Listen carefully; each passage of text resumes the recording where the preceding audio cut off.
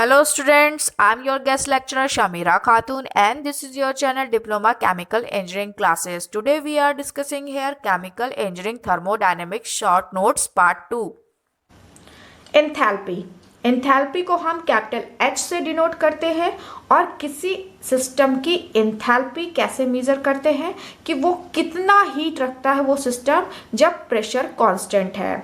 तो इसका फॉर्मूला क्या है, H equals to U plus PV।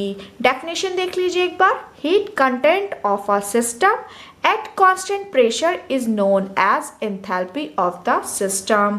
H जो है वो आपका एंथैल्पी डिनोट कर रहा है, कैपिटल U आपका internal energy of the system है, P जो है एब्सोल्यूट प्रेशर है, कैपिटल V आपका वॉल्यूम ऑफ द सिस्टम है। और ये जितने भी टर्म्स है आपके स्टेट फंक्शन है, तो हम इसको डिफरेंशियल फॉर्म में लिख सकते हैं, dH equals to du plus differentiation of PV। और अगर हम इंटीग्रेशन या इंटीग्रेटेड फॉर्म में लिखे तो delta H equals to delta U plus delta PV। अब ये जो इक्वेशन होती है ये कहाँ पे एप्लीकेबल होती है, for any finite change occurring in the system, mechanically reversible non flow process at constant pressure. ये हो सकता है आपको इक्वेशन दे दी जाए या फिर पूछे कि एंथैल्पी की इक्वेशन जो है ये कहाँ पे वैलिड है या किस जगह एप्लीकेबल होगी, और ये ऑप्शंस भी आपको दे दे, mechanically reversible non flow process at constant pressure, तो ये आपको पता होना चाहिए।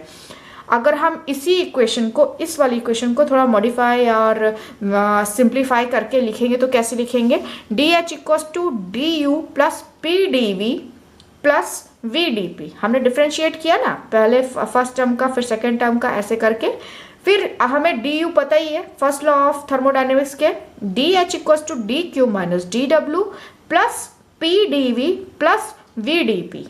DW की जगह हम PdV लिख सकते हैं, ये क्या होता है, for reversible non flow process के लिए, और VdP आपका कांस्टेंट प्रेशर के लिए 0 हो जाएगा।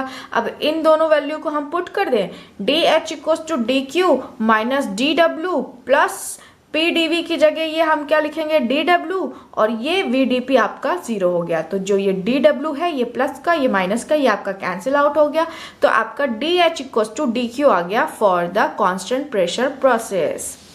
System is heated eight constant pressure only expansion work, यानी अगर हम कांस्टेंट प्रेशर पे उसको हीट कर रहे हैं तो क्या होगा, एक्सपेंशन ही होगा। The change in enthalpy is equal to the heat supplied, और जो एंथैल्पी होगी वो किसकी इक्वल होगी, हीट जितनी हमने उसको दी होगी। At constant volume work of expansion is 0, change in internal energy is equal to the heat supplied. तो क्या हो जाएगी equation, DU equals to DQ minus DW आपका 0 हो गया। ऑब्वियसली उसने बोला कि जो वर्क ऑफ एक्सपेंशन है वो आपका 0 है, तो ये आपका 0 हो गया, तो जो DU हो गया वो किसके इक्वल हो गया, DQ के हो गया। और ये किसके लिए हो गया, फॉर कांस्टेंट वॉल्यूम प्रोसेस के लिए। हीट कैपेसिटी क्या है, it is defined as the amount of heat required to increase the temperature of the system by 1 degree centigrade, यानी किसी सिस्टम का टेम्परेचर 1 डिग्री सेंटीग्रेड बढ़ाने के लिए जितनी हीट की ज़रूरत होती है वो हमारी हीट कैपेसिटी होती है। इसको C से, कैपिटल C से डिनोट करते हैं, delta Q upon delta T। If the mass of the system is 1 gram, तो heat capacity is known as the specific heat capacity, और इसको हम कैपिटल S से डिनोट करेंगे। तो इसकी इक्वेशन क्या हो जाएगी, delta Q upon m dot delta T। 1 ग्राम मास की बात कर ली ना, मास ऑफ द सिस्टम, तो delta Q upon delta T था हीट कैपेसिटी, बस यहाँ नीचे में हम मास से भी डिवाइड कर देंगे। If the amount of the system is 1 mole, then heat capacity is called as molar heat capacity। इसको स्मॉल c से डिनोट करेंगे and delta Q upon n into delta T हो जाएगा। Molar heat capacity at constant volume क्या हो जाएगा, CV equals to del U upon del T, और इसको हम कांस्टेंट वॉल्यूम के लिए कैसे दिखाएंगे, सफिक्स में हम इसके V लगा देंगे। Molar heat capacity at constant pressure के लिए क्या हो जाएगा, Cp equals to del H upon del T, और सफिक्स में P लगा देंगे। अब हमें फॉर आइडियल गैस लॉ तो पता ही है, PV इक्वल्स टू nRT होता है ना, PV इक्वल्स टू RT। तो उसी से ही हमें ये पता होना चाहिए जो आर गैस कांस्टेंट है उसके लिए अगर हम Cp माइनस CV करेंगे तो वो किसके इक्वल होता है, गैस कांस्टेंट के इक्वल होता है। कांस्टेंट टेम्परेचर प्रोसेस के लिए अगर हम बात करें तो यही इक्वेशन और सिंप्लीफाई करी जाएगी। तो आपको Q equals to W equals to RT into ln V2 upon V1 मिलेगा। ये किसके इक्वल होगा, RT ln P1 upon P2 के। ये इक्वेशन हर जगह आपके न्यूमेरिकल में यूज़ होगी, तो इसको याद कर लीजिएगा या सिंप्लीफाई करने का आप तरीका सीख लीजिएगा जब मैं इसको सब्जेक्टिव में पढ़ाऊंगी। तो dw आपका किसके बराबर हो गया, dq के। जो du है आपका वो 0 हो गया, इस वजह से यहाँ पे ये इक्वल हुआ है सारा। एडियाबैटिक प्रोसेस में आपसे पहले ही डिस्कस कर चुकी हूँ, तो इसके लिए इक्वेशन क्या हो जाएगी, du equals to minus dw equals to minus pdv। और हमें पता ही है pv to the power gamma equals to constant होता है, और जो गामा का इक्वेशन होता है वो क्या होता है, gamma equals to Cp upon CV।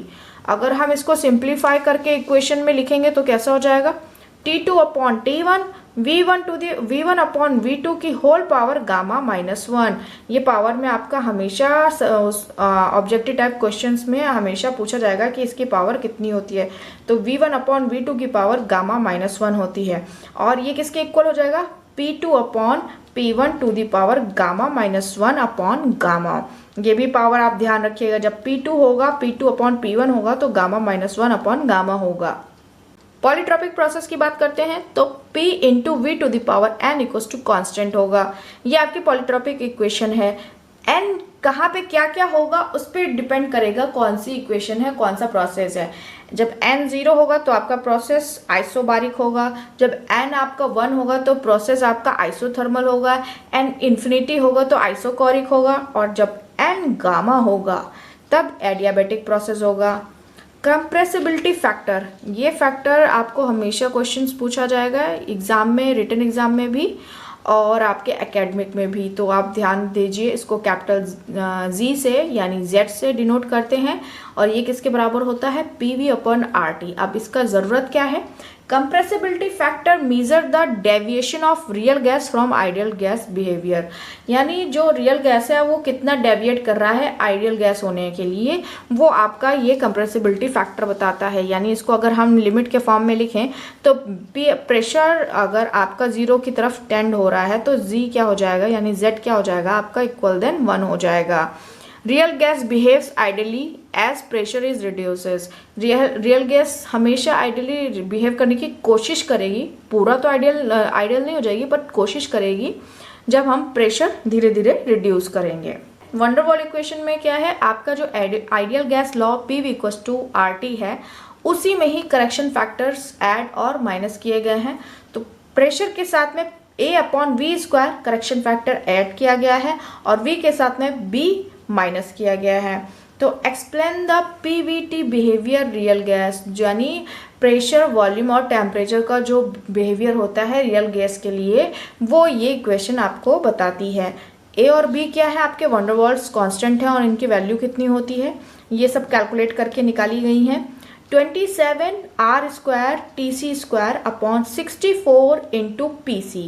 और ये TC और PC क्या है, C जो है आपका सफिक्स में जो है वो क्रिटिकल टेम्परेचर और क्रिटिकल प्रेशर डिनोट कर रहा है। स्मॉल b क्या हो जाएगा, R into TC upon 8 into PC। विरल इक्वेशन क्या है आपकी, यही सेम इक्वेशन है बट उसको और थोड़ा सिंप्लीफाई किया गया है और थोड़ा सा मॉडिफाई किया गया है। Z equals to PV upon RT equals to 1 plus B dash B plus C dash P square plus D dash P cube plus dot dot dot, यानी and so on. Z equals to PV upon RT equals to 1 plus B upon V plus C upon V square plus D upon V cube plus and so on. तो आपके जो B C D और B dash C dash D dash हैं वो आपके viral coefficient हैं। तो B dash को अगर आप लिखना चाहें तो B अपॉन RT लिख सकते हैं, तो C minus B square upon RT square लिख सकते हैं।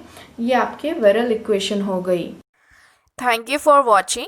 If you want more videos, then subscribe and like and share. और हाँ, बेल आइकन क्लिक करना मत भूलिएगा।